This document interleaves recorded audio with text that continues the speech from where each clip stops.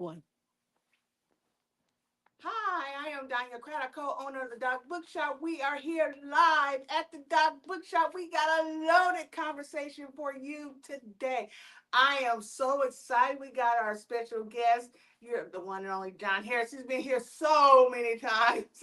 Hey, and Mr. Coach Wooten. Oh, I love you dearly. You didn't get to. I didn't get a chance to greet him when I got here to the bookstore, but I usually run up to him when I see him. He's just a wealth of knowledge and inspiration and motivation. If you remember when we had Deion Sanders to this bookstore, it was because Coach Wooten wanted him here. He has a bio so long and so wonderful and so beautiful. I am just happy to have this opportunity to be here with you today. Thank you. Should I go down the whole bio or you want me? No, no. I had to get permission because I know how he is. So, John, I am going to go ahead and turn it over to you. I think we have people coming in. This is an exciting day and an exciting weekend for the playoff season, for the NFL season. I think it's an exciting weekend for the Houston Texans. You're going to take us there about the Houston Texans to get the game this weekend. Houston Texans, don't get mad at me, Houston. Please don't. So I'm going to turn it over to you, okay, Mr. Harris? Okay, well, yeah, we do have another special guest who has a special introduction that we're going to turn over to, who we're excited to have her because she plays an integral role in everything that we're going to be talking about today. Margo? Good evening, everyone. Thank you so much for the invitation to be here. I'm not Curtis McClinton, but I am his daughter here representing, and my name is Dr. Margot McClinton Scotland. So thank you again for the invitation to be here this evening. Yeah, we're excited. We're gonna be a multifaceted talk. We're gonna start off with a book about Mike Tomlin called Tomlin, the soul of a football coach, the Pittsburgh Steelers coach, the longest tenured professional coach in North America, actually. He's in his 19th season with the Steelers, and his team will be playing Monday night against the Houston Texans, which kind of has some historical relevance to it, but we don't get into it. And we're going to transition and talk also about the Cleveland Summit, the infamous Cleveland Summit from 1967. Everybody knows the photo, the black and white photo with Muhammad Ali, Jim Brown, and you might not notice him. He's in the back right corner of the photo, John Wooten, who helped organize this whole thing with Jim Brown. And we're going to get into that. We also have a short film to show previewing some of that. But the book, Mike Tomlin, Soul of a Football Coach, exciting for me the time I covered Mike Tomlin's first 10 years in Pittsburgh. I lived in Pittsburgh for 10 years. And several years after I stopped covering the team, he's still coaching the team, which I still can't believe. And I did some research, and I had assumed that this guy who won a Super Bowl in his second season, who had gone to two Super Bowls in his first four seasons, that there were a million books written about him. And to my surprise, there were none, which encouraged me to write the book about him and explore and learn about Mike Tomlin, his career, first as a small college football coach, and then as an NFL assistant, and now as the Pittsburgh Steelers head coach for 19 years. Um, John Wooten, Mr. Wooten, I met him, was introduced to him when I was researching the book. And I found out that really, and I know he doesn't want to see it this way, but without John Wooten, there may not be a Mike Tomlin. John Wooten introduced then the late Steelers owner, Dan Rooney, to Mike Tomlin. Dan Rooney didn't know who Mike Tomlin was. He soon learned after meeting Mike and then inviting him to Pittsburgh for interviews, and the rest is history. But John Wooten's historical significance in football, it's amazing. We're working on a documentary on him as well.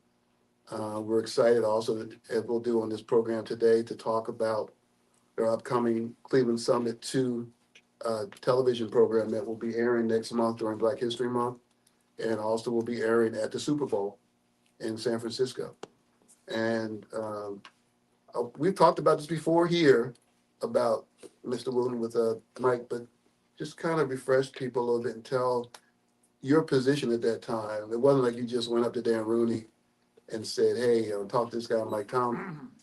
and your role at that time. Can you just talk about that a little bit and how everything? After that, he took over, but you made the introductions. Well, the situation was that the Fritz Pollard Alliance, which is an organization that came about in 2002, 2001, I guess, having to do with the NFL as it related to being able to the diversity and inclusion and just having a strong part in making sure that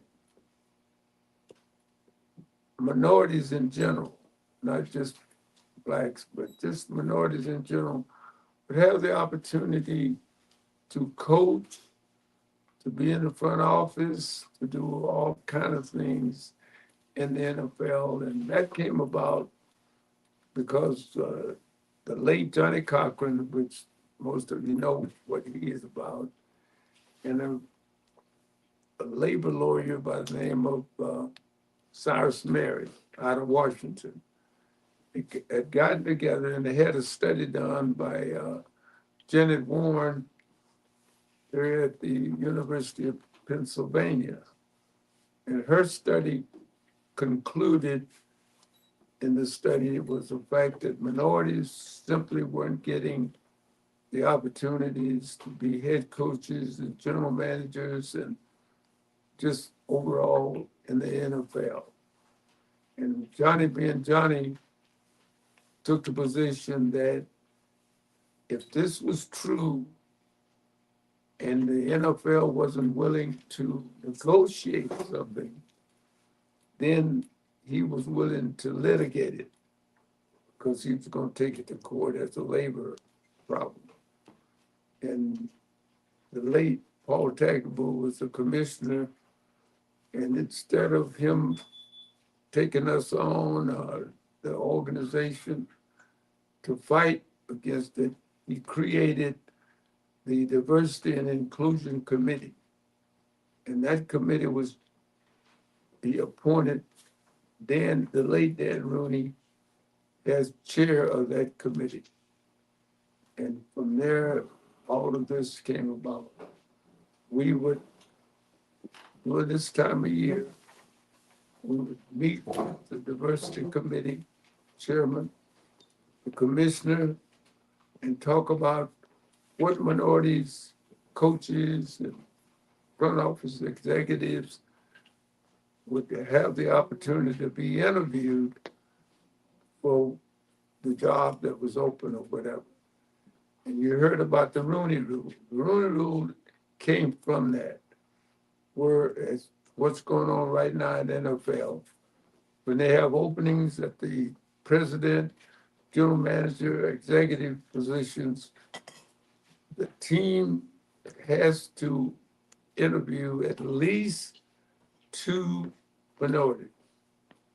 So that's where the Rooney Rule came from. And the fact that that existed allowed us to tell Mr. Rooney, and I said to him sitting at a meeting, like I'm sitting here between Margot and John, and I said to him, Mr. Rooney, I know you interviewed 2, and I'm not going to say the names of the 2 people that I knew he had interviewed. They're in the book. But they are in the book, okay. I'll let it stay in the book. I said, all I'm asking you to do, Mr. Rooney, as a favor to me, is to go up to Minnesota and take a look at young defensive coordinator up there named Mike Tomlin. That's all I'm asking you to do is go look, just go take a look at it. That was on a Tuesday. On Wednesday night, he called me back. He said, that kid is something special. I got to bring him down to Pittsburgh and take a look. That was what, 19 years ago? Still 19 years. Yeah. Unbelievable. I want to interject for a second. The Rooney Rule, it was successful. It's so successful that a lot of Fortune 500 companies and companies that had nothing to do with sports and athletics also started to adopt that. Lately, we haven't been hearing about it as much for a lot of reasons that people understand uh, as far as what's considered DEI, but it had it was picked up worldwide. In fact, I was talking to one of our compadres who said he had gone to Europe recently, and the one of the major pro soccer leagues in Europe was still studying how this thing works. So it's amazing the reach that it's had through the years. Um, I told Mr. Wooten, I did a little research going into this. Since 1989, there have been 23 black head coaches, beginning with Art Shell. Obviously, the first black professional coach was Fritz Pollitt in the 1920s. Art Shell was the next one in 1989. Of those 23 black head coaches, 12 have appeared in playoff game. And there have been 3 head-to-heads, 3 times that teams coached, both coached by a black coach, met. The last time was in 2016, Marvin Lewis and Mike Tomlin. Marvin Lewis was at Cincinnati, Mike Tomlin with the Steelers, obviously. Before that, Tony Dungy and Lovie Smith met in the Super Bowl, the first time we had 2 black coaches ever meeting in the Super Bowl, and the only time. And then the first time ever was in 2003, Tony Dungy and Herman Edwards met in a playoff game. Monday night's game between the Steelers and Houston Texans, Mike Tomlin versus D'Amico Ryans, is the 4th time. The story from historical significance is something that hasn't happened as much as I guess we would like to see, but I think it's important. Everything, it's important to understand history and the growth of the black head coach in the NFL through the years, and from Super Bowl victories. Tony Dungy's the only black head coach to win a Super Bowl. The last black head coach to win a playoff game has been D'Amico Ryans the last 2 years with Houston. He's won a playoff game each of those years. And before that, the most recent was Todd Bowles, the Tampa Bay coach, defeated Philadelphia in 2023. So the Mike Tomlin book talks about not just Mike Tomlin, but the history of black coaches in the NFL, just the history of the NFL itself. Um, I I just think it's a book that any sports fan, any football fan would want to read because it tells Mike Tomlin's story as a small college coach climbing the ladder, becoming an NFL coach, but it also gets into the history of race in the NFL. It devotes a chapter to the Rooney Rule with Mr. Wooten. So it's the paperback version. I wrote the hardback version 2 years ago. The paperback version is updated. It's got some new chapters in it, and I love it. I think it's worth for any sports fan to have. My guess here, we have some other things we want to talk about pertaining to Mr. Wooten and Margot. Want to transition and talk a little bit about the Cleveland Summit, Mr. Wooten's role in that, and Margot's association with that. I know we have a video that we want to show to kind of give people an idea of what we did in July in Cleveland with the Cleveland Summit, which was kind of trying to recreate the original Cleveland Summit in 1967, and how that all came about. So I don't know if we can show that video now. Oh, yeah. How we want to do that. I was trying to pull it up on my phone because it's actually on my phone right there. And then we'll transition to that, and we're gonna let Margot and we're gonna let Mr. Wooten talk about that, Mr. Wooten's involvement, Margot's involvement, which I find to be fascinating because if you look at that picture and you look at that second row, and you see that gentleman right in the middle, that's her father, and she can talk about that and I guess the impact it had on her and just. And from that spawned the Black Economic Union, which Mr. McClinton was very involved in. And still, if you look back to the 60s, and Kansas City is the only remaining city that still has a Black Economic Union, which to me is amazing. And Margot can talk about that a little bit as well. But I think we're going to try to set up the video just to let people know what the Cleveland Summit is about. The television program is completed. We will show it next month at the Super Bowl, and PBS is going to show certain segments of it next month for Black History Month. So we're really excited about that.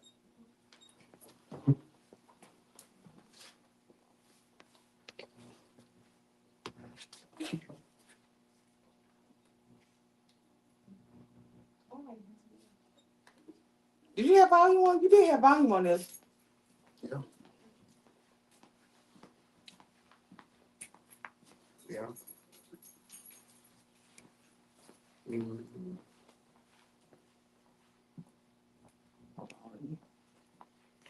Pause it real quick. Let's see.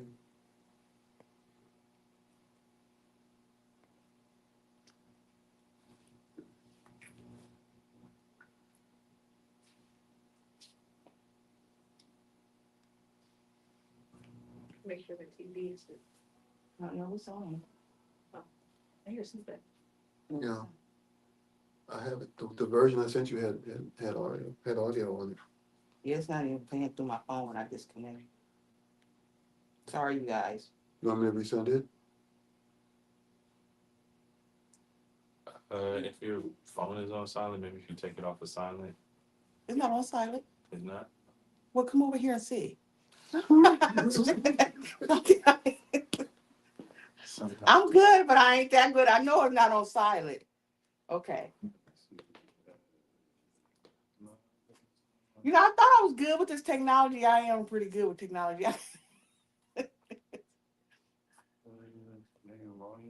Yeah, everything's good.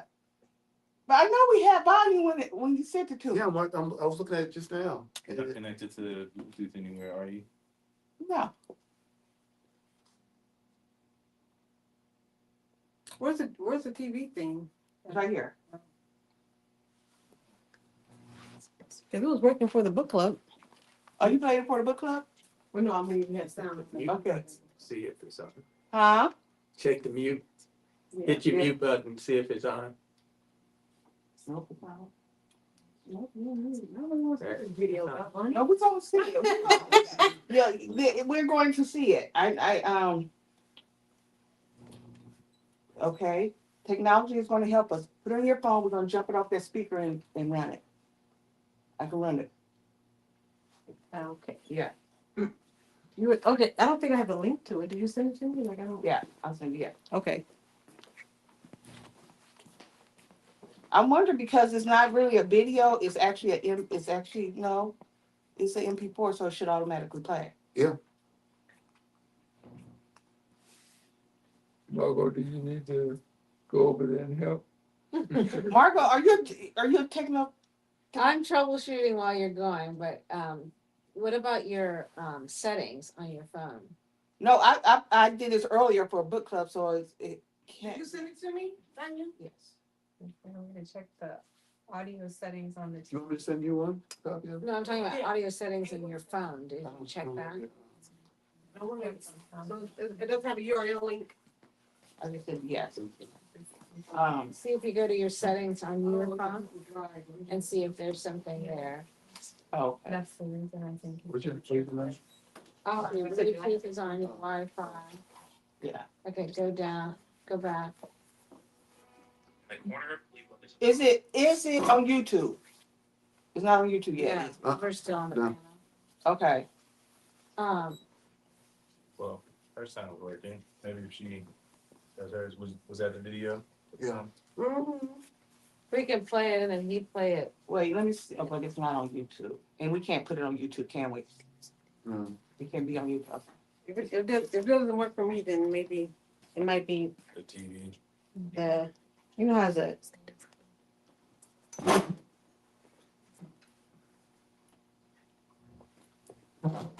So get the guys together and tell them we meet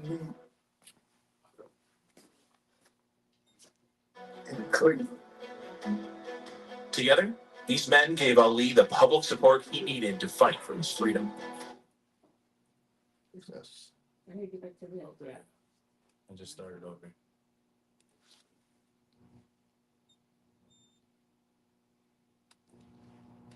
We are good. We are We're good. trying to figure it out. Hold on. I don't know how to do this. It's worth the wait. You It's just worth have the wait. Anybody got any questions for Larry while I'm doing this? Yeah, I mean, yeah, feel free. John, Mr. Harris. Anything about Mike Tomlin, the Monday night's game between Houston and Yeah, the I question. have one. So this is the wild thing. He's actually the football fan, but I'm so intrigued and I'm definitely getting the book. Can you give us like a preview of some, you said there were some rewrites in this one? yeah. What are some I of the look things at that you ended up rewriting? the last 2 years were kind of difficult for him. When I wrote the book, everybody was just marveling at Mike Tomlin and really hadn't had a lot of negativity or what have you. The last couple of years were a struggle. And for the first time, people were starting to come out and criticize him, national media. So I just examined what happened the last time. There was issues with quarterbacks. He was experimenting with different quarterbacks. It wasn't working.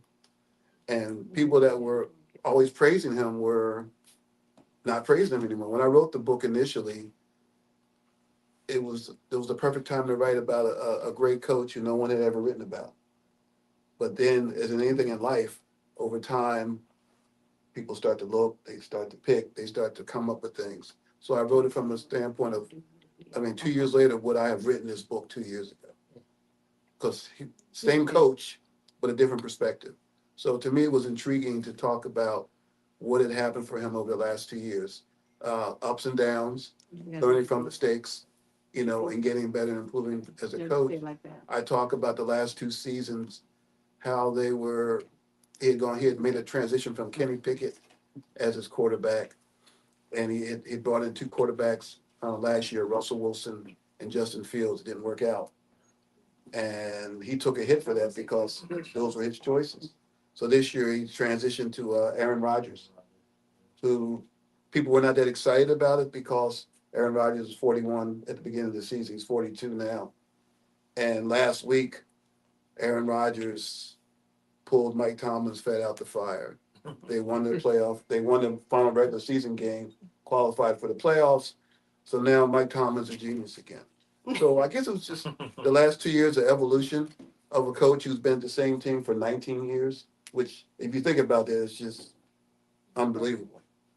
And for a black coach, it's just impossible to be with the same team for 19 years through good years and bad. He really never had a bad year because he's never had a losing season.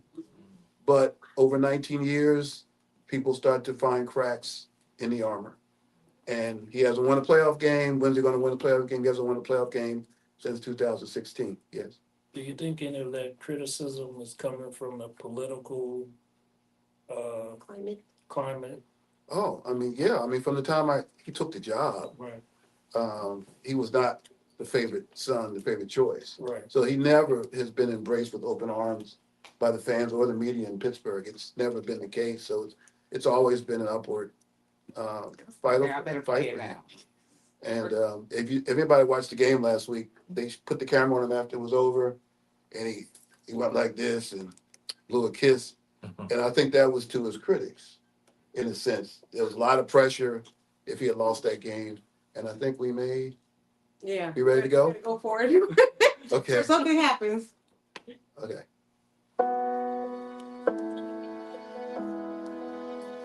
In the corner of Cleveland is a monument to a historic but often overlooked moment of the civil rights movement.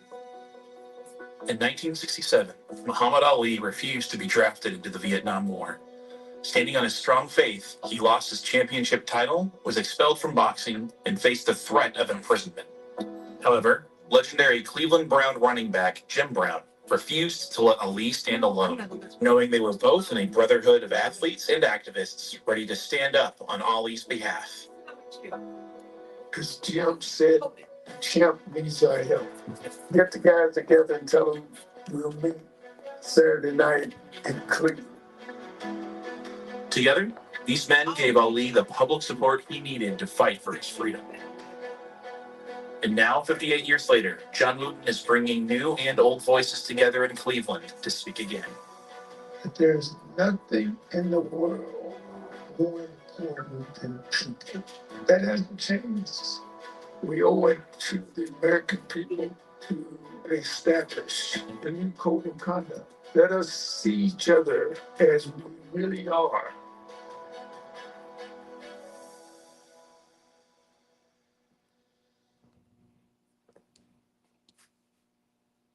That's it, right? Yeah, that's it. It was well worth it. We did that in July. Mr. Booth was there, of course, and Margaret was there, of course, and let, kind of like turn it over to them. Let them talk, Mr. Wooten could talk a little bit about just how it all started. You saw him on there talking about how Jim asked them to put it all together. He can discuss that. And one of the people that he reached out to was Curtis McClinton. And there's Margaret right there. So I'll just let you guys take it and then I'll just watch. Well, Margot's dad, Curtis McClinton, was the top running back with the Kansas City Chiefs. But he's also, and you heard him talk about the NIU at that time, Negro Industrial Economic Union. We had 6 chapters around the country. And Curtis, of course, had a fantastic operation there in Kansas City, to the fact of this day it is still in existence. I don't think anyone can talk about that better than Margot, talking about the work her dad. Curtis and I knew each other when I was a senior at the University of Colorado in the Big 7 at that time. Curtis was a young guy there at the University of Kansas, KU. So that's goes back to our relationship. And of course, he came on and as you, most of you probably know, the Kansas City Chiefs were once the Dallas Texans right here. And Tex Ram and the group got together and told Lamar Hunt if he was willing to move his team, they would bring him into the NFL as opposed to the AFL. And then they flip a coin? Yeah, they flipped a coin and that's what they did. But I want her to talk about her dad, and not only as a football player, but just a top quality expert in working in the Black community, creating jobs and all the different things that we were doing back in that day. Thank you, Mr. Wooten. I was just a twinkle in my dad's eye at that time. I was not born, but I had firsthand experience hearing the stories of my dad's work in Kansas City. And what I really wanted to emphasize as I think about this time and these guys, they were dear friends, right? They knew each other playing. Dad was here in Dallas with the Texas playing. I think he even took some classes at Bishop College at the time. And when they flipped that coin, they made the decision to move to Kansas City. But, you know, my father just did not wake up and say this is important to him. This was part of his personal legacy. So my great grandfather, with a 6th grade education in Wichita, Kansas, had a bed and breakfast, had a store. My grandfather had a store. So we're talking about 3rd generation entrepreneurship. They understood the importance of having your own business, giving back to your community, and being involved. So football was just one piece, right? And then my grandfather was one of the first state Black senators in Kansas and was part of the legislation and the advocacy to desegregate the bathrooms and the restaurants there in Kansas. So him playing at KU, he started at Wichita State, transferred, and really had a beautiful career, and then went on and played here in Dallas and then Kansas City. But when you think about the Black Economic Union, they were focused on ensuring that there was job training, that there was opportunities for people to think about their next steps with their career. There were limited opportunities, as we know, during that time for African Americans to really get a college degree. Dad actually, and Wooten was talking about this with his experience, you know, this was a time when they were just about to segregate. Some of them went ahead and were part of that, you know, desegregation. So Dad went to Wichita North, which was a predominantly white high school. And so we knew at that time that opportunities were not readily had. In addition to working with the Black Economic Union, he also started Swope Park Bank, right? So a lot of those men pulled together monies, and that was kind of unheard of, giving away loans and talking with the community about empowerment of home ownership, and economic development.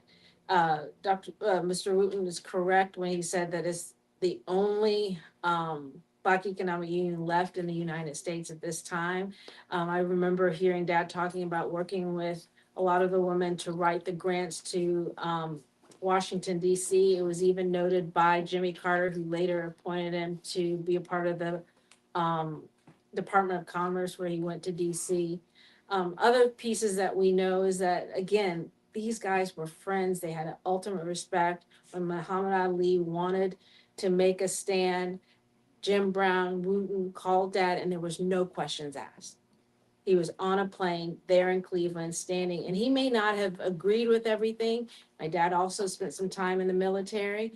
So it wasn't about that. It was about saying to our country, we make a contribution, right? We make a difference. We're willing to fight. We're willing to, have businesses. We're willing to play football. Can we be looked at as equal? Mr. Wood, you can talk about that because you said there was before that famous picture, there was a meeting Yes, with some of the members, and that was where a lot of questions were answered. What Margot had just talked about, that there were several of the athletes there who were in the military, so they had their own thoughts. So to hear someone say, "I know I'm not going to go into the service," and I think that was cleared up, right, Mr. Wood, as far as the meeting. it was, go back to what Margot was saying. When Jim called and said that Champ had not stepped forward there in June in 1967 in Houston, they had responded by taking away his title, his passport, everything. And there was no question that under that time, if you were a draft dodger, there was a penalty of law. You were breaking the law, they were going to put him in jail. But when Jim called him, he said, get the guys together. The thing that resonates so strongly in my mind to this day, he didn't say call this guy, and so forth. But the guys that I called to come to Cleveland to be in this meeting on Saturday night, not one single guy said, hey, this might be a little bit hairy, I bet not should be in this. Nor did they say who's gonna pay for it. They said, where you staying, where we staying, you're staying at the Hilton Hotel on 9th and Euclid. We have a room for you there. 6 o'clock meeting. Everybody was there in that picture, in this meeting.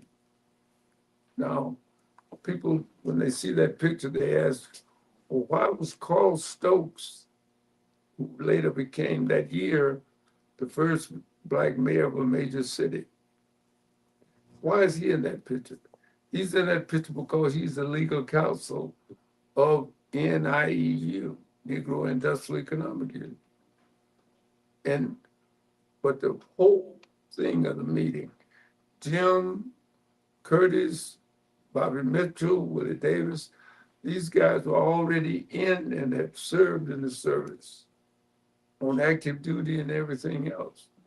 Bobby Mitchell go active duty all week, show up on weekends and play with us back in those days. And we had known all of this. And Curtis, which I don't know how many people really know and understood it, said that, hey, if I could go in your place, I would go. But the champ never wavered from the simplest statement that he started at the very beginning, and that is, I do not want to be with any organization that kills people.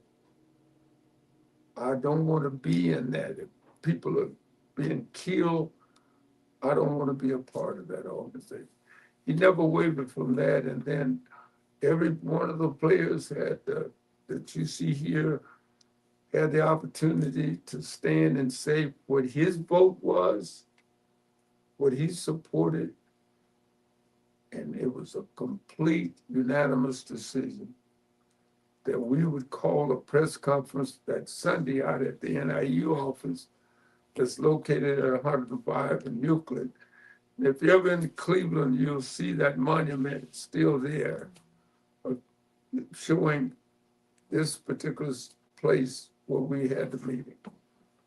And we stood and said very openly to the American public, the champ is not a draft dodger.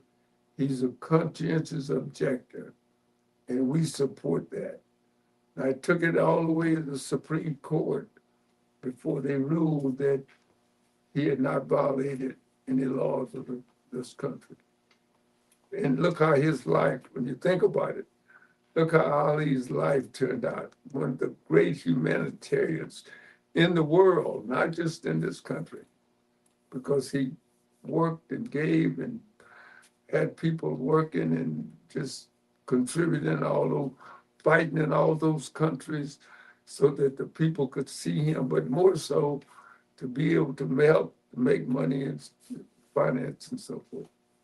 So that's why we look at that picture and just admire what we did, from that point.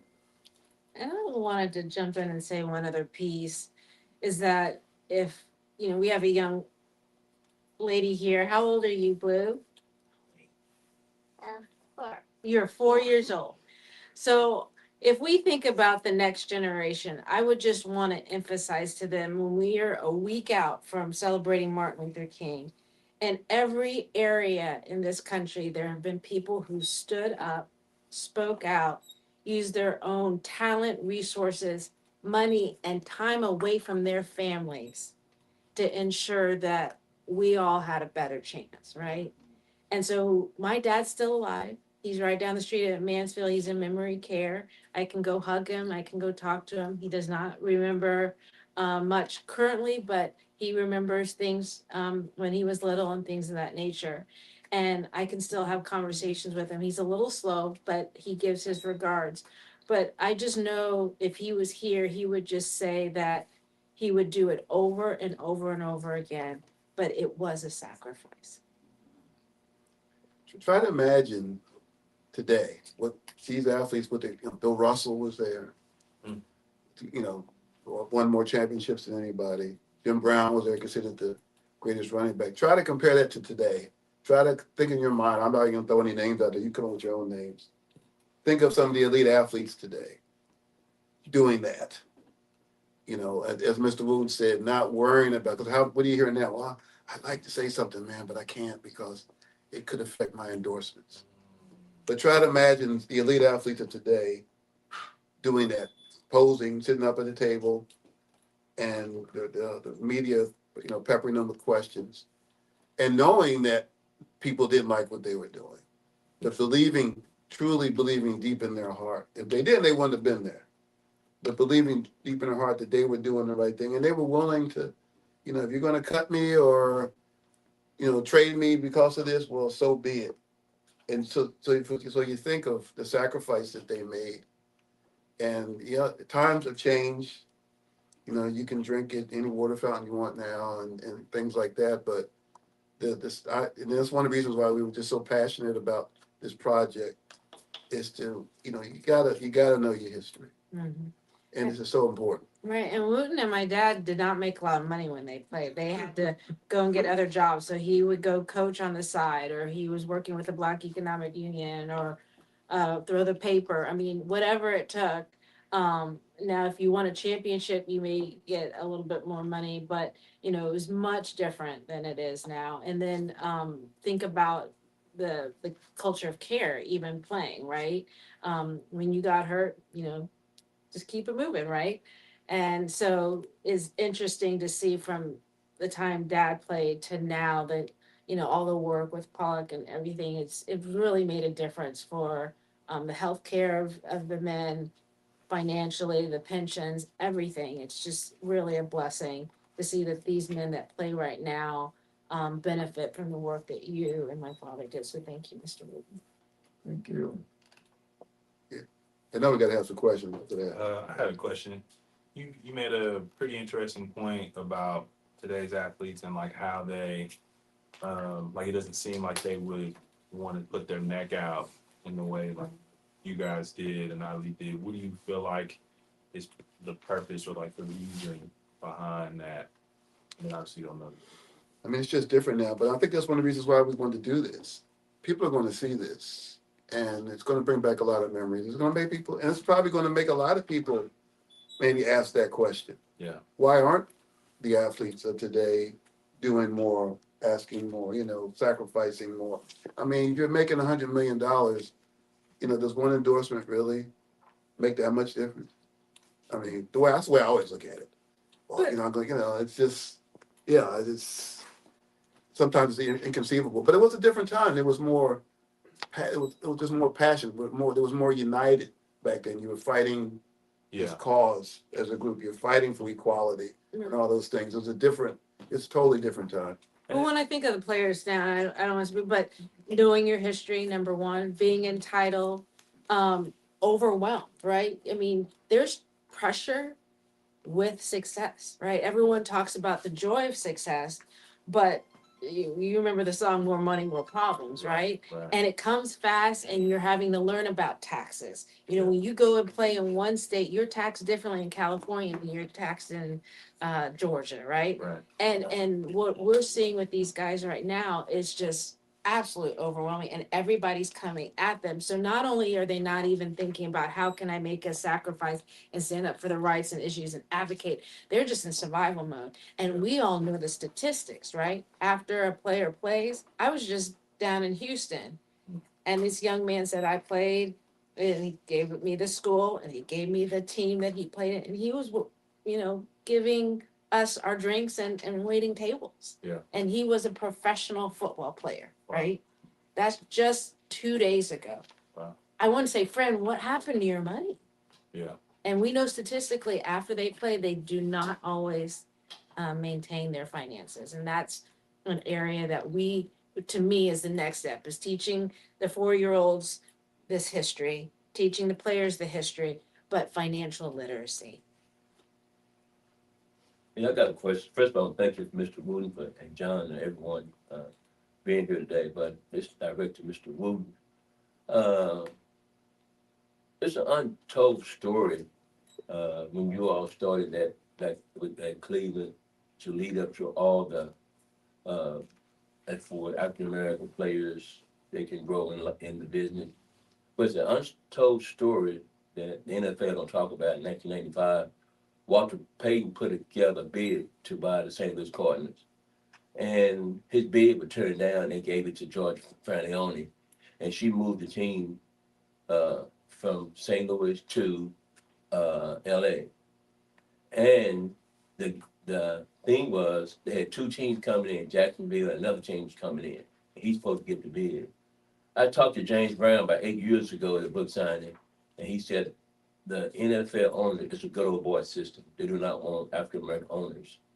Can you give me us a little tidbit on that Walter Payton deal? Because he's supposed to be the first African American owner of the NFL franchise.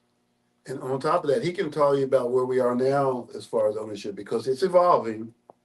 It's not where everybody wants it to be, but that's a great question. But I think after you answer that, you can talk about, we just had a discussion about where the league is now with ownership and some things that are probably going to come out at the Super Bowl. Right. One of the things that we have, Metropolitan Alliance, have always been focused on, and that is Black ownership. And what they've done is they set the bail so high, okay? In other words, for you to put down $686,000, Million. $1 million, 680, Nearly a billion. under unencumbered money, meaning that money is not attached to anything. And what they do to it is say you have to sign a paper that you may not get this money back if you don't get the team. That scares everybody, financially and so forth. It was our hope early on that between Oprah and Robert Smith, do you know Robert Smith? Oh, yeah, Lee Bowley. That they would be the people that would be able to come up with that kind of money. Oprah backed up because of the Kaepernick. She got extremely depressed and just livid about the fact of what happened to Kaepernick. That caused her to pull back. Robert Smith says it's not that big of a return on the money if you put it up. He's looking for a high return, because you're gonna need someone like them to do it.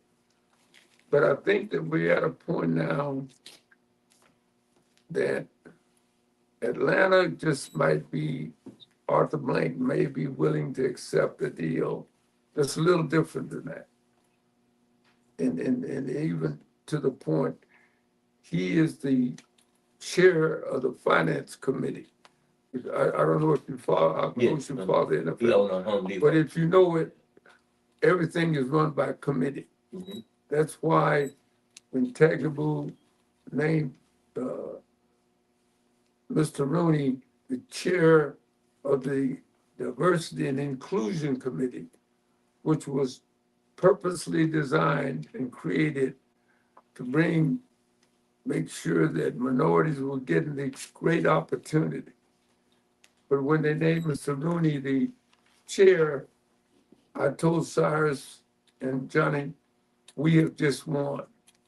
And it's been moving forward ever since. Not as fast as we wanted to, but it's steady movement. We're going back to the finance committee. Arthur Blank is the chair. The owner of, if you watch an Atlanta game, you see more blacks at any other games in the NFL. Because Atlanta really is the black capital of America, really. It's where our colleges, our churches, Dr. King and the senator, first senator, black senator, Warner, all those guys are coming out of Atlanta. So we are going to be pushing very strongly. There's a meeting at the Super Bowl where the commission is going to speak about where we are. They've allowed now you can own 10% equity in a team. A team can sell 10%, but that gives you nothing in terms of running the ball club. Even though you can have your, and a lot of teams, most come up with one or two or three or four, but nobody has more blacks than Atlanta in terms of black people that own 1 or 2%. Charles Woodson has 10% of the Cleveland Browns, So we're moving toward that goal. Johnson is very much involved with the Washington Commanders group. So we're on the right track. We know how to get there. We got the people to run it. So we're going to keep pushing. I'm 89 years old. I don't have many more left. I know that. But I just hope that I will live to see it. And if I don't, it will happen. Because the commissioner is committed to it. And when you have that kind of commitment, he wants that on his record, that he was the first to establish, black ownership in the NFL. So is this, when y'all go meet with him, not to, is this all a part of the new TV deal coming up, a part of the streaming? They can get with Netflix and all these other things where now, this is your best time to get in and get a piece of the pie for African American minority ownership.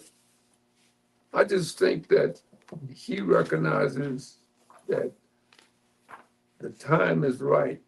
We're going to talk about it extensively as to what's going on. A lot of people, and I guess if you go to Google or whatever, they'll tell you all the blacks that have equity in ownership in the NFL today, Mhm. but you don't have a voice. Right. It's of running the team. You buy on that. We want to have our own.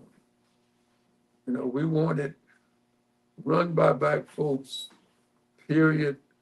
They're going to have to make some concessions in order to be able to do it, from that point on. Thank you. Okay. Mr. Wooten, do we look at, I see Condoleezza Rice's picture hanging here in the bookstore. You know, she has a minority ownership with Denver, and then Serena and Venus there in Florida. And then we have a black female there in Las Vegas. Mm-hmm. So do we count those as wins as well? Well, all this is a part of the diversity and inclusion committee. You know, again, you know, the league has done a good job of moving forward. We wanted to go all the way, and that ownership, black ownership, will give us that reward. Yeah. I think, as I've said, I'm like Dr. King. I might not be there when it happens, but it will happen because there's a commitment. Does that mean they're gonna have to have an expansion? Another, No, they don't need an expansion. they don't need an No, these expansion? clubs are turning over. Like I said, I think Arthur Blank's gonna turn that over in the next 2 or 3 years. You know, Seattle is gonna sell, you know. Uh, There's Mike Brown, I don't know if he'll ever sell Cincinnati because, but by the same token, I never thought he'd take his daddy's name down off the stadium, but he did, so he will sell, I guess, you know, from that point. There are about 3 or 4 clubs that are gonna be selling out. I do want to ask about the future of the Cowboys. I'm kind of disappointed every season after every season. What do you think needs to happen in terms of a trade, or what do you think needs to happen when they do the draft in April? You know, to get their fans back. Well, the fans are still there. Yeah, You but can't we're not ask the happy fans yet. to be anymore. We're not happy. Jerry is, he said the other day, as you probably read, that he wants to stay on as the owner until he has won More Super more Super Bowls. That is a long time.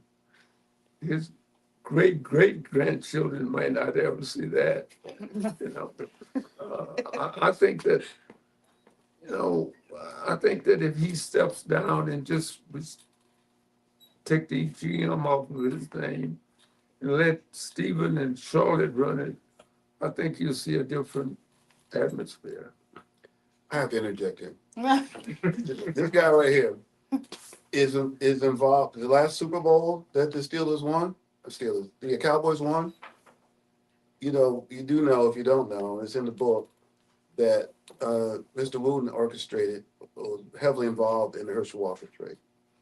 He worked with the Cowboys for years, and we know what resulted from the Herschel Walker trade, what draft players that the Cowboys got, and led directly to those 3 Super Bowls that they won. He's still waiting on his Super Bowl ring from one of those 3 Super Bowls. We don't have Emmitt Smith, we don't have Eric Williams, and all the players they got from the draft picks. Go back and look, Google, and see who they got those in the Herschel Walker trade. They don't win those 3 Super Bowls. So it's ironic that you asked about Jerry now because this man was there. He knows Jerry. He dealt with Jerry on a first-hand basis, and is really partially responsible or directly responsible for those Super Bowls during the '90s, which I find to be amazing.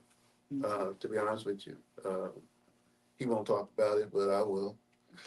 And the Chiefs had to wait 50 years. Yeah. So sometimes you just have to wait your turn. And that Chiefs team, I mean, they were really responsible for when people started looking at NFL differently. You know, AFL team beating the NFL team. I remember that game because they broke my heart. I was a Vikings fan. And I remember seeing Otis Taylor just crush that DB on that touchdown.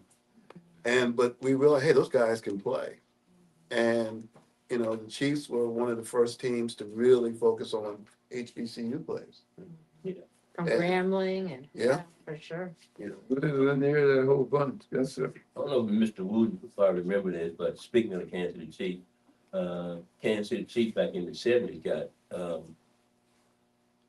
they got some feedback from a bad press, some people used to boycott them, because they was the only NFL team that had 8 starters on the defense. They only had 3 whites. They had Jim Lynch, Lawson, and linebacker. So speaking of Kansas City, there were 8 African American starters.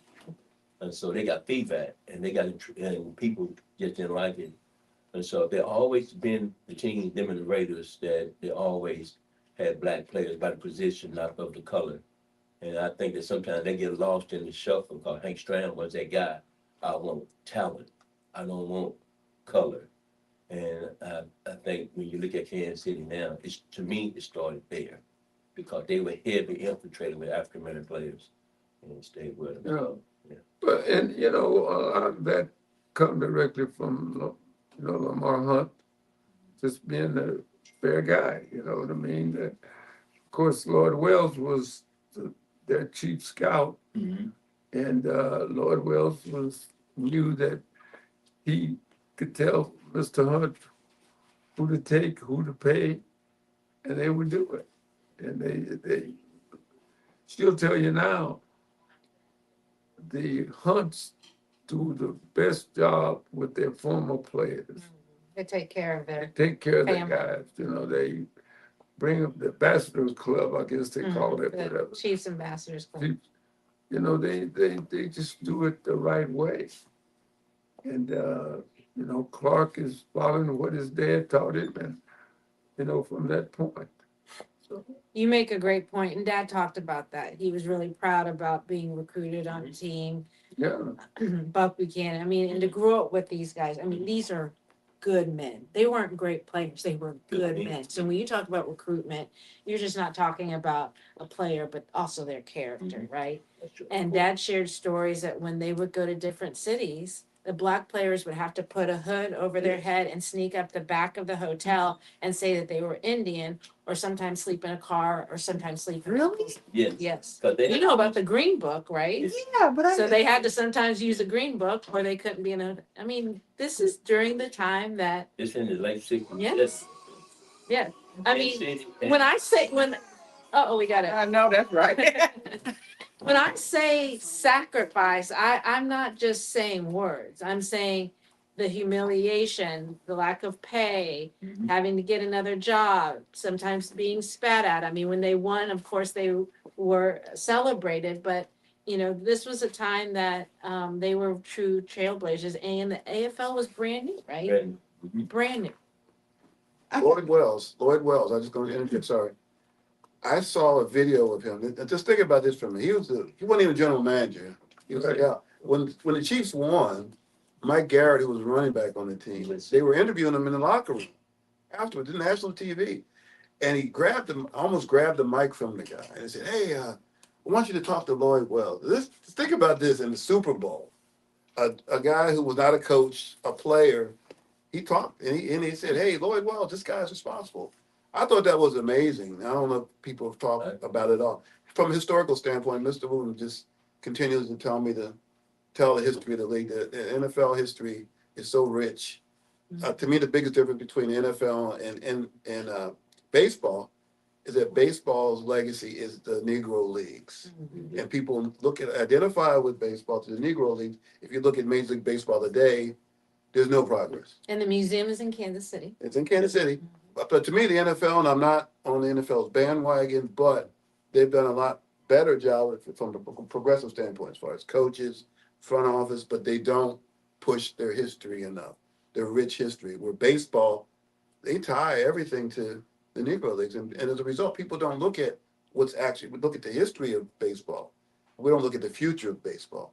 The NFL isn't moving in that direction. Like Mr. Wooten said, it's not always as fast as we want, but it is progressing. And Donnie, I'm sorry I interrupted you. No, I was gonna ask Mr. Clendon, like, I like how you put the macro, you do have a macro and a micro lens on what they dealt with as athletes. How do you, I think you're gonna be a pivotal part in terms of taking this history forward because you have so much insight and knowledge. Thank you. So how do you want to accomplish that? I know you got the documentary. Do you have anything that you're working on locally or, to educate people around this history? Oh, thank you. I am very supportive to the work that Harris and Mr. Wooten are doing. There is a nonfictional book that we did create about my dad and his life. I continue to talk to my son and his friends. I mean, you talk about micro, you start at home, right? Mm-hmm. And we have a 4-year-old here. I mean, this is the opportunity, and kids are sponges, right? They just absorb, and they're paying attention. They pay attention. I have fond memories of, dad watching games and Bobby Bell coming over. But I mean, those are things that kids remember, right? So I would say for me, it's starting at home, taking opportunities when invited. I'll be happy to come back here anytime and share whatever you want to know. But thank you for asking. And I also like to ask you as well with your dad. I don't want to get into the numbers as far as the top pay that he made through the years. But when John made the comment of $100 million the players make, I invite everybody to go out there and look at the video of Kevin Barnett. I didn't realize, and he broke down all the money that they pay. It's not nothing with you, what media said. And sometimes where we live in, media says, oh, he made 100 million. He don't. After taxes, he sure does. But the thing what he was saying is that they give you the money, then they get some of it back. He said they give you the money, you got to pay taxes in every state you play in. They give you the money, but you have to pay your union dues. And how expensive that is. They give you the money, then they take the revenue from the team that you play on the TV. So I think that sometimes the education, that sometimes we as fans, man, he's so sorry to make 100 million. No, it don't go like that. What happens is that the owners just steady get richer, and the players steady losing money because they never have a plan for them to be owners one day because they don't have an investment plan, but always have a plan for them not to waste their money, but not to invest their money. And so I think that, I don't know, but Jim Brown and Mr. Wooten making 40 a year or 30 years, it's amazing how them guys still maintain homes, they maintain businesses, they maintain and took care of other family members with the little money they had. And I'm really just excited about Mr. Wooten, your dad, what they did. Thank you. I appreciate that. And it without was a the money sacrifice. they making now, yeah. Right, right. I think it's also individual choice. I'm going to recommend my first book called From Gold Teeth to Gold Jacket by Adrian James. Adrian James, mom raised him, was known Gold Teeth to Gold Jacket titles because he had the grill from Miami. This guy still has, and his story is amazing because we spend several chapters talking about what we're talking about right here, money. He had a lot of friends with the U who you read their stories. They invested a lot of money, lost a lot of money. He didn't do that. He would try to tell them what they needed to do. This is the guy who, I don't know how he learned how to do it, but he did it. So I think, while I agree with what Kevin Garnett said, I think you also have to have personal accountability, and Edwin sure did. I don't know who was guiding him, but somehow now he's been out of the league, 10, 15 years, has all his money, and was able to do it. I think it was just personal, I guess, a personal sacrifice. Wanted to take care of his family for generations. So I agree. Yeah, and he talked about it. Hey, every city we go to, we got to pay taxes. I'm scared to death of what's going to happen in the next 5 years with the NIL. With these kids, you're reading about these kids getting millions of dollars out of high school and college. So as far as the tax implications, I'm just think we're going to be hearing some stories. And if we've got grown men struggling, what are we going to deal with in the future with these high school, college? Yeah, and everybody coming out. That's scary. When I said more money, more problems, I mean, It's scary. seriously, It's scary. that is an issue. And then family gets so excited. I worked in colleges and universities, and this is not even dealing with sports. Some of the saddest cases I would hear is parents would take the students' loans, and then the students would still owe back, right? And that is also happening at an athletic level, that parents feel like they're entitled to that money. Buy me a house, buy me a car. And the child or the player doesn't realize they don't have it like that, and they wonder why they're in debt. And then also, players are at different levels. When they all go out, there's kind of a system where they feel awkward, where so and so can pay for all these bottles of champagne, and then I really can't afford that. And so there's inequity even among the team. But I'm going to just say this: I am not a financial advisor, but I will say this: a trust is very helpful when you're, managing your estate and estate planning. It's just so important to go to professionals who can talk to you about how you manage and hold your money. I mean, just having an endowment or a trust where you can live off the interest, and you keep that corpus. Um, you hear players doing that, and they really seem to have more sustainability than just running through the cash. So I'll just. I'm gonna ask a question about your dad. Sure. How did Mr. McClinton make the decision to go from Missouri Valley School, which is a basketball conference, Wichita State, to make the decision to go to KU when he transferred? They recruited him. Oh, they recruited him? Yeah, KU recruited him. Great question. And Edwin, go back to Edwin James. He told me he learned how to say no. One of the biggest problems for athletes is family, friends coming. He said, I learned how to say no. He said, I had no trouble rolling off my tongue saying no. And he said, a lot of guys lose relationship with families. You know, I mean, what you mean you ain't got it? You got $5 million. You can't give me 100K.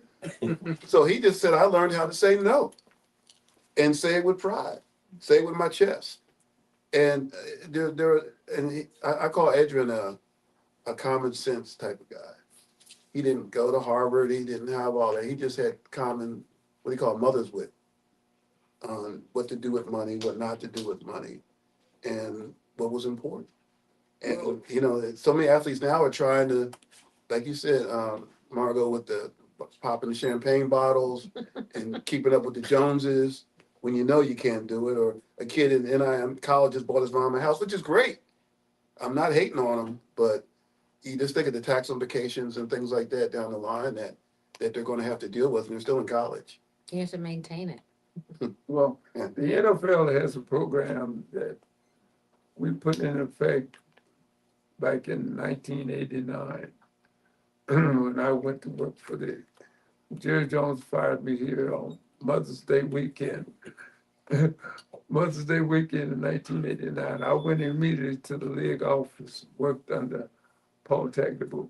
We put in a program called player engagement, player perform, and that includes financial assistance that you can go, every team has a department called that. And those guys they're strictly to help players in all things, continuing education with, with kids coming out of school now. Many of them are not getting their degrees and so forth. Mm-hmm. And there are jobs, and and I know, that if you don't have a college degree, you're just not going to be able to do it. But it also has a financial program in there where all the player has to do is to go to that player engagement guy, and he will set him up. Not with some slick guy that's going to make him rich, sell him all that, but it's just solid financial people, companies that know exactly how to structure this kind of income, because these guys are making generational wealth. There's no question about that. You're making 4, 5, 10, 15, 20 million dollars, $40 million guaranteed, all that. You need financial help. The worst thing can happen to you is that, boom, all of a sudden you're out of football and you have not taken good care of your money. But that, any and every player, all he has to do is go knock on that door at the player engagement department there in every team, not just some teams. And they can get any kind of financial help they need. What were some of the jobs that your dad and Mr. Wooten y'all had after the season was over, that your dad had that he had to go work? CBS, he was a newscaster, he was a coach, he worked with the Black Economic Union, he invested in Swope Park Bank and helped with lending. A part of the story is in 1973, he filed, along with others, a $500,000 bankruptcy. That's when he first married my mom. I was born 2 years later. So, you hear about the success, you hear about the opportunities, but there were sacrifices and the hard lessons that were learned. I mentioned Jimmy Carter tapped him to go to the Department of Commerce. He also worked at Amtrak. He was deputy mayor of Washington, D.C. for a while, and then came back to Kansas City and was an entrepreneur. But, you know, if my mom was sitting here, she would say as a wife, she lived through a lot of different entrepreneurial um, uh, roller coasters, and some hit and some didn't. And, you know, it all kind of came out in the wash. But, you know, I think it really shaped me. I'm fourth generation entrepreneur. I closed my consultancy after 10 years, and I never, ever borrowed a dime. Never. I only, you know, got the money that I got from a contract, and that was it. And I learned that from my father. Real estate, grandfather was a part of real estate as well, commercial real estate. They did it all. Yeah. Mr. Wooten, you told stories about what you did in the off season. Well, the first year after the '59 season, I was a high school substitute teacher. And then I went, worked for, you go back to a company called Coal National Key Company, which was headquartered in Cleveland, where you sold blank to all the big Sears stores and so forth. But always, you know, working and I made a deal with Paul Brown as a rookie. I said, I want you to send my check directly to the bank. Don't even send it to me. Send it directly to the bank. And I told the bank, put this amount of money into my checking account. And if I come in here with a gun, don't change it. You know what I mean? You got to make sure that you're just working toward. You know, I come from a I'm the youngest of 6 from a single mom. If you saw the movie Help, you saw what that was my mother that made that movie was about.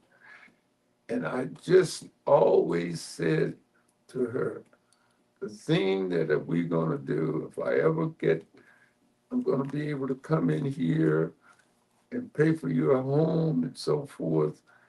And we were able to do that. You know, my first check, I was a 5th round draft pick in 1959 with the Cleveland Browns, $8,500. That was my salary, $8,500. That's the lottery. Huh? That's the lottery back then. Well, I could buy a car for what, 1,600? You know what I mean? And I did that. You know, in my second year, I bought me a brand new car, Berkeley convertible. But by the same token, I always worked in off season, always. The National Key Company was a national company, so I'm traveling all around the country to the Sears, selling them the key blanks and so forth to make, you know, duplicate keys. So, but you learn the business, you learn how to take care, you know, so that, you know, when I came here with the Cowboys in 1975, you know, I'd been an agent. I was an agent from 67, 68 to 75. And I was a very successful agent. In 1973, I had 7 #1 draft choices. So we all made money, right? I told them, listen, here's the way I did it. I said, I know if you drafted in the first round, you can go in there with your little sister and get X amount of dollars. All I want you to do is pay me above whatever you think your little sister could have gotten for you. That's the way we worked at. So, of course, I came here to work for the Cowboys in 1975. But Drew Pearson, Billy Joe Dupree, all those were my guys. I was their agent. So I know what poor meant, I know how to talk to them about saving their money. Save your money. Just sit down. When your uncle come and say he wants $10,000 because he gave you $2 when you were 5 years old, you tell him, Uncle, I can't do that. You just have to be able to say that and deal with it. There is a program, as I said, there in every team in the NFL to help you with your money. If you don't let your agent slick talk you into put it into something that he and his buddies have put together. That's the way you gotta look at it. And then everyone has a business idea, right? Yeah, they just need money, that's all it needs. That's why you working for the Cowboys. I'm You sorry. that guy, back in the day, I'm from this area, from Dallas, Grand Prairie, were you that guy, they had to go talk to the realtors, so the black players can move north down, because they had, back then, had to stay in Oak Cliff. Were you that guy that had to go talk to the realtors and, okay? Well, they had a guy to do that, you know. But see, when I came here in '75, I didn't want to live up north. I knew Cornell Green and all those guys and Pettis Norman, all of us had played against each other, and they were all living out there in Oak Cliff, right? So that's where I moved, you know. Gil, of course, wanted me to live up north. I told him I didn't want to live up there. I don't want to live up there now. Mhm. I still live over here in Arlington and so forth, you know. I guess we can take the last question, goes to the last question. Okay. I had the opportunity to sit down. I know we had a lot of different, that picture for the Cleveland Summit, we had a lot of different players from football to basketball. I had an opportunity to talk with Earl Lloyd. He was the first African American in the NBA. He was actually supposed to come down here to do a book signing for his book. When it was released, it was called Moon Fixer. Right. Unfortunately, there was a snowstorm that year. But have you ever had an opportunity to just get with some of those guys that had the same experience? Because he talked about, what triggered my memory on that was when you talked about your first paycheck, and I think his was like 1,500, less than that. So were you able to connect with the historical guys across the aisle, like in the NBA, and just? Well, that's what we're hoping to do. We got a program that we're working on right now that we're going to present to the NFL. Again, all of this is predicated on Black ownership. You know, that we want to be able to put together something, you know, to work. That's what we're working at it right now. You know. I guess that's going to wrap it up. So I don't want to keep him too long because I know he has to travel across the Metroplex, but I want to thank each and every one of you. I think the information that you provided was so rich and something that I would take with me every time I get a chance to speak. I share his story and just what I've learned, because there's a great intersection with literature and keeping the story and sports. We promote the power of reading through sports a lot of times, because that's where on your Saturday mornings, your Sundays, that's where families are at. So sports is very powerful to me. I've always fought for Fort Worth to invest a little bit better in sports, where you can have STEM and sports at the same time, and they can work together and benefit each other. So with that being said,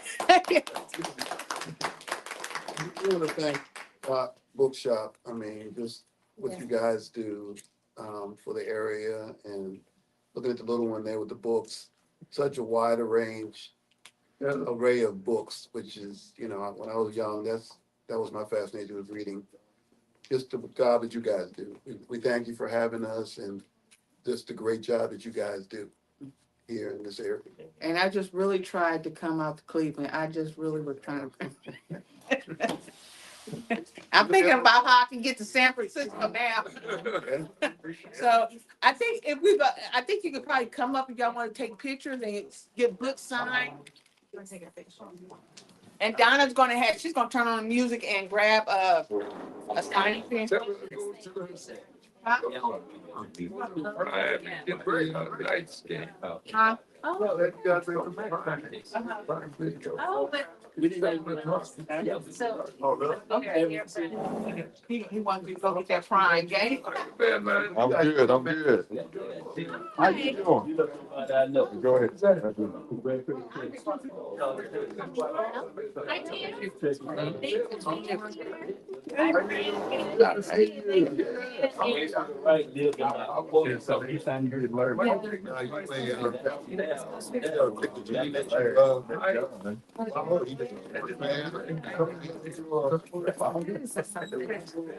Oh, okay. Yeah. Yeah, it's the first thing we go above it. Talk about that. Yeah, so they- I had a lot. Your friend. Last week. Well,